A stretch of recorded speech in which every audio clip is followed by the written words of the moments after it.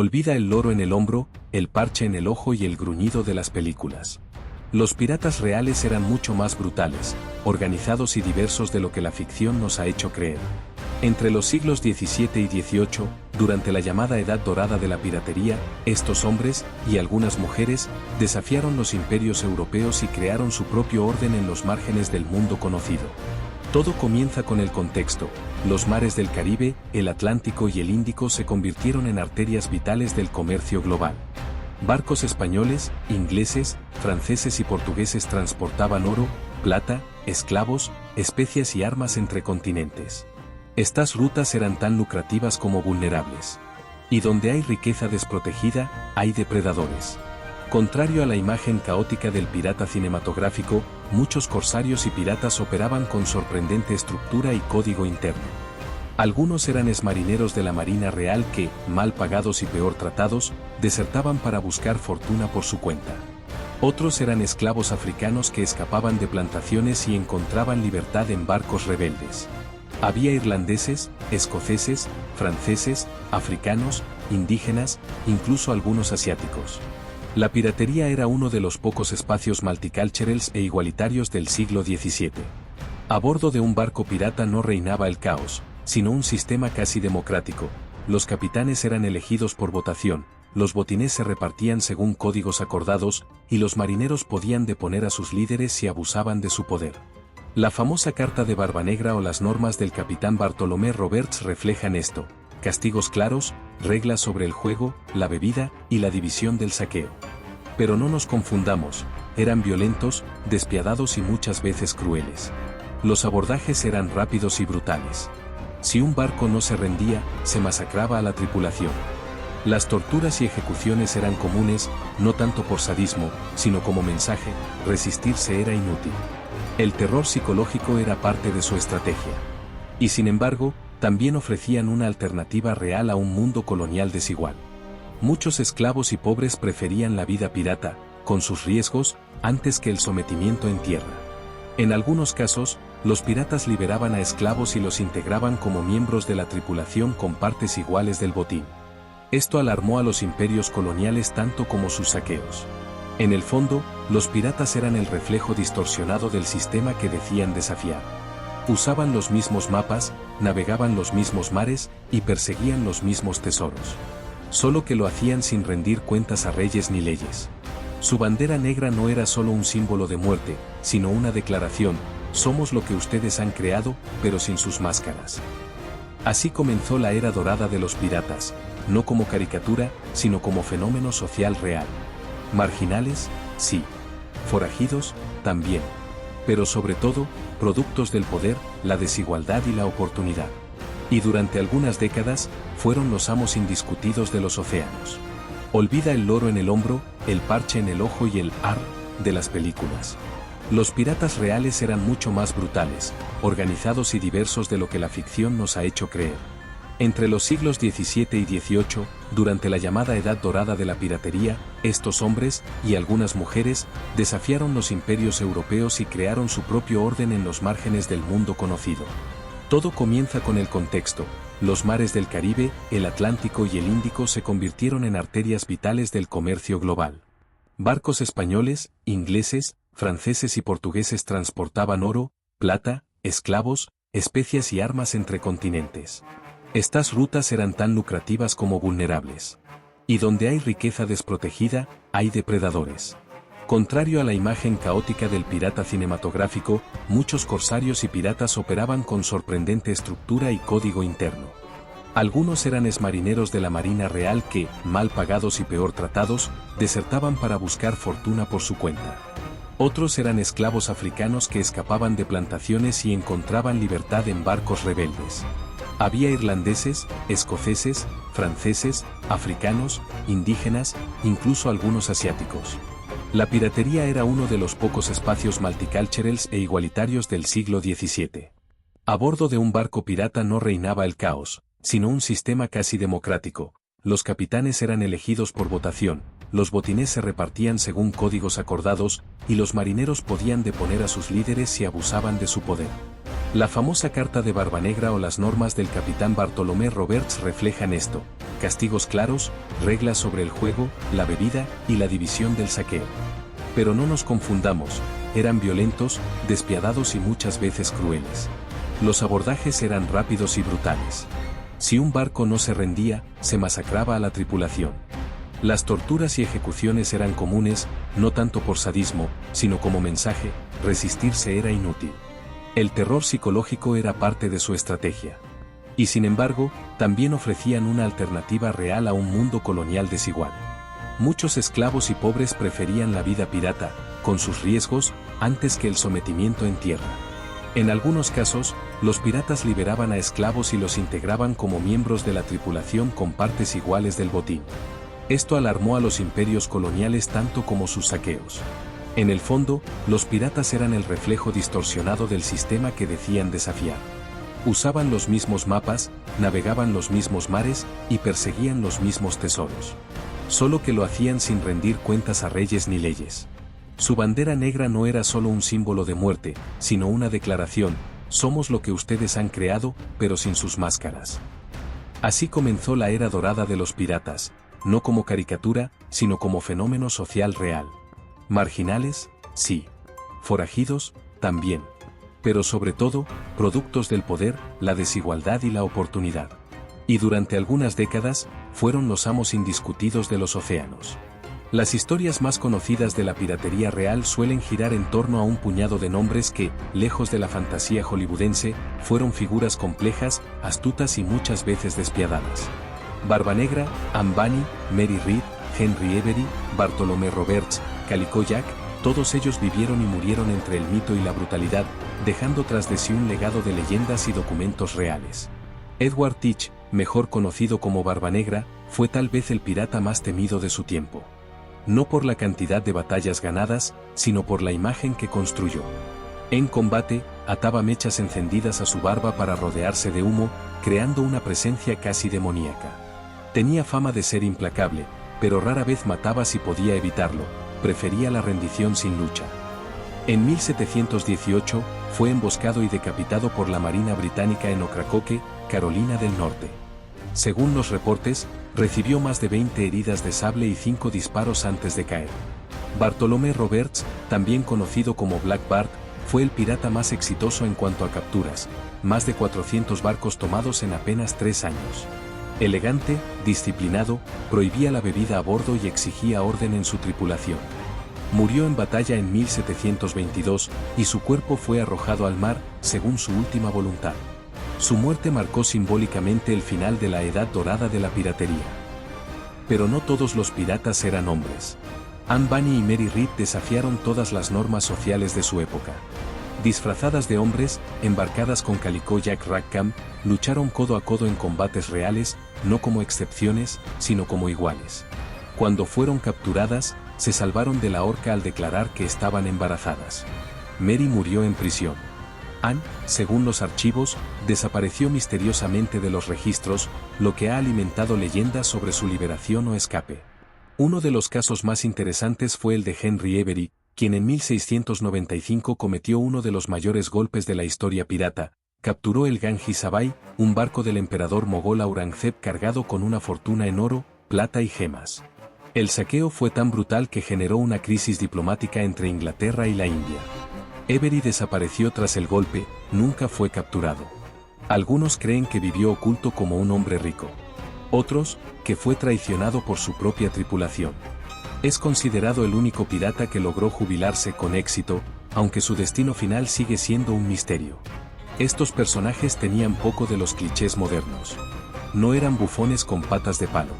Eran líderes estratégicos, figuras contradictorias, tan capaces de organizar un motín como de redactar un código de convivencia. Sus barcos eran sociedades flotantes, pequeñas repúblicas en miniatura gobernadas por consenso, pero también por la violencia. Su fama perdura porque encarnan una paradoja que aún resuena: fueron criminales, sí, pero también símbolos de libertad radical. Vidas cortas, destinos trágicos, y una herencia que, aunque tachada de ilegal, se volvió inmortal.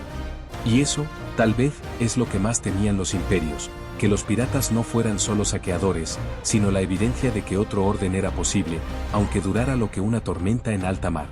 El fin de la llamada Edad Dorada de la piratería no llegó con una gran batalla naval ni con un acto heroico, sino con una combinación letal de política, economía y diplomacia. Para los imperios europeos, la existencia de piratas había sido tolerada, e incluso promovida, mientras servían como instrumentos útiles en guerras coloniales. Pero cuando la paz trajo estabilidad y el comercio global se volvió más lucrativo que la guerra, los piratas pasaron de ser aliados informales a convertirse en obstáculos intolerables. La presión para eliminarlos fue encabezada por las grandes potencias marítimas, especialmente Inglaterra. A comienzos del siglo XVIII, el aumento del comercio transatlántico y el auge de las compañías privadas, como la Compañía de las Indias Orientales, requería seguridad en las rutas marítimas. Los gobiernos empezaron a ver a los piratas no como símbolos de desafío, sino como amenazas directas a la economía imperial. Se tomaron medidas sistemáticas. Las leyes cambiaron.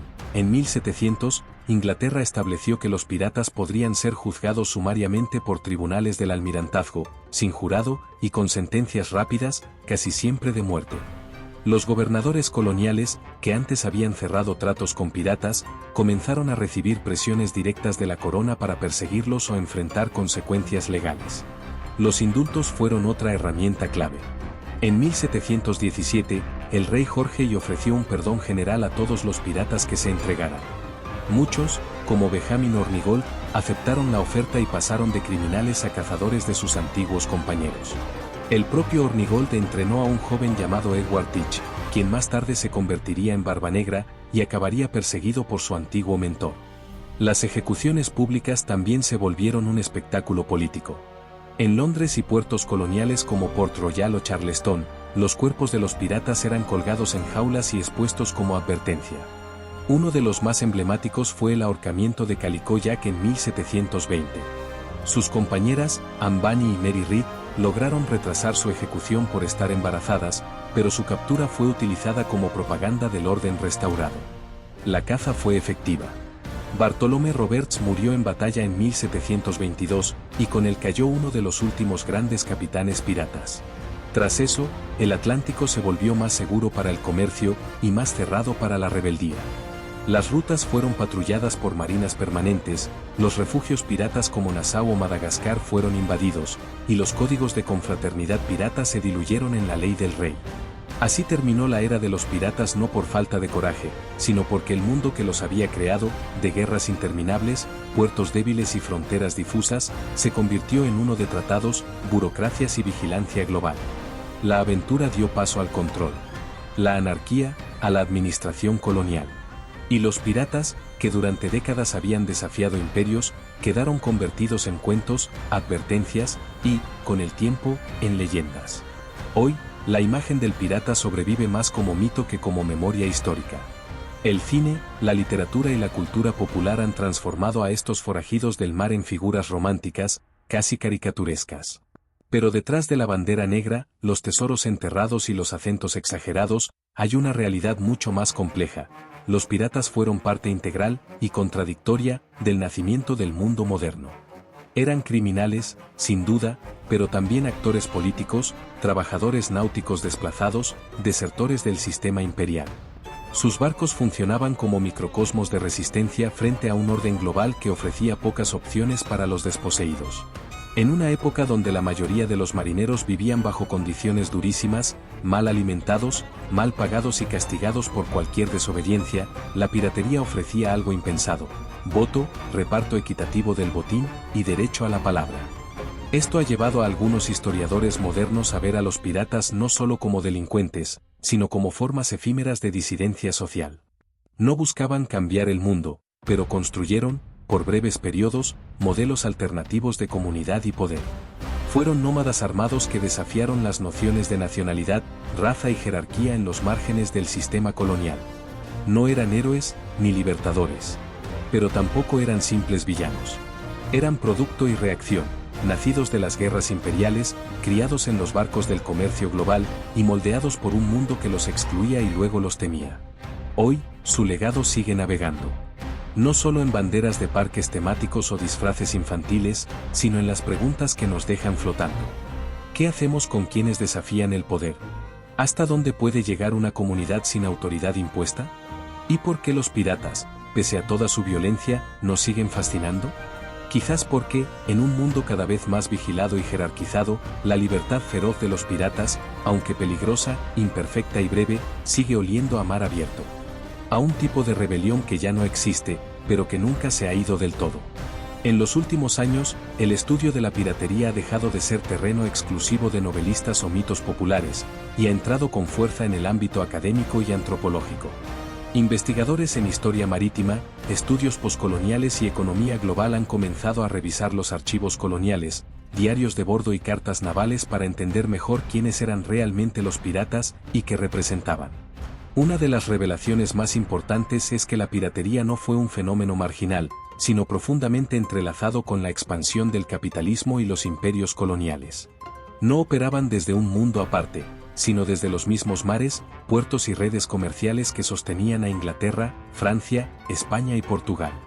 De hecho, muchas veces vendían sus botines a comerciantes legales, que los blanqueaban en mercados coloniales y europeos. Además, la composición social de las tripulaciones piratas revela una diversidad notable para la época. Estudios de documentos judiciales y listas de tripulación muestran que al menos el 25% de algunos barcos piratas estaban conformados por africanos libres o fugitivos, antiguos esclavos que encontraron en la piratería una forma de escapar del yugo colonial. También había marineros irlandeses expulsados de sus tierras, indígenas caribeños aliados, e incluso algunos asiáticos, en el caso de la piratería del Índico. Otro campo de estudio que ha cobrado fuerza es el análisis de sus cartas de marca, los permisos legales otorgados por gobiernos en tiempos de guerra para saquear barcos enemigos. Estas cartas eran, en la práctica, una legalización temporal de la piratería, lo que demuestra cómo los estados toleraban y promovían el saqueo cuando les era conveniente. Una vez terminada la guerra, los mismos hombres eran perseguidos como criminales. La frontera entre corsario y pirata era delgada y totalmente política. Incluso los mitos más populares han sido reexaminados. Por ejemplo, el famoso tesoro enterrado es en gran parte ficción. Los piratas gastaban o repartían su botín casi de inmediato. Era más común que usaran el oro para comprar armas, provisiones o favores en puertos corruptos que para esconderlo en una isla. La imagen del mapa con una X es una invención literaria del siglo XIX, popularizada por La isla del tesoro de Robert Louis Stevenson. Los historiadores también han comenzado a ver a las mujeres piratas no como excepciones pintorescas, sino como parte de una realidad marítima más rica y subversiva.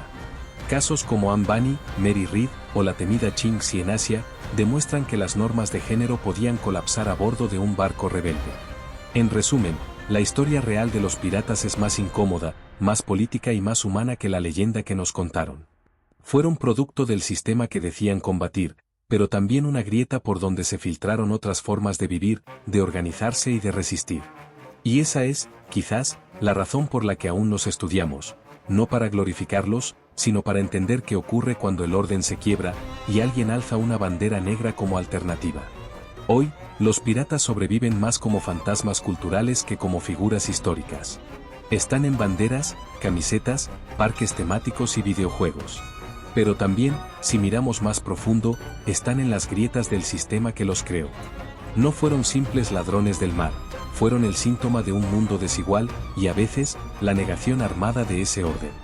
La historia real de la piratería es una historia de contradicciones, violencia y camaradería, saqueo y código, caos y estructura. Nos habla de personas excluidas que crearon su propio sistema, temporal, crudo, pero distinto, en un mundo que no les ofrecía lugar. Sus barcos fueron islas móviles de resistencia y oportunidad. Su bandera negra, una declaración de independencia antes de que esa palabra existiera políticamente. En una época donde todo parecía estar controlado por reyes, compañías y tratados, los piratas eligieron el mar como su único país. Lo defendieron con pólvora, lo compartieron con reglas propias, y lo perdieron, como siempre ocurre, cuando el poder decidió que su existencia ya no era útil, sino peligrosa. Ese es su legado real, no el tesoro enterrado, sino la posibilidad efímera de otro orden. No el romance, sino el riesgo. No la ficción, sino el desafío. Y quizás por eso, aún hoy, la bandera negra ondea en nuestras historias. Porque nos recuerda que, por un tiempo breve, hubo quienes eligieron vivir libres, aún sabiendo que morirían por ello. ¿Prefieres este tipo de contenido o algo más largo y detallado? Te leo en los comentarios.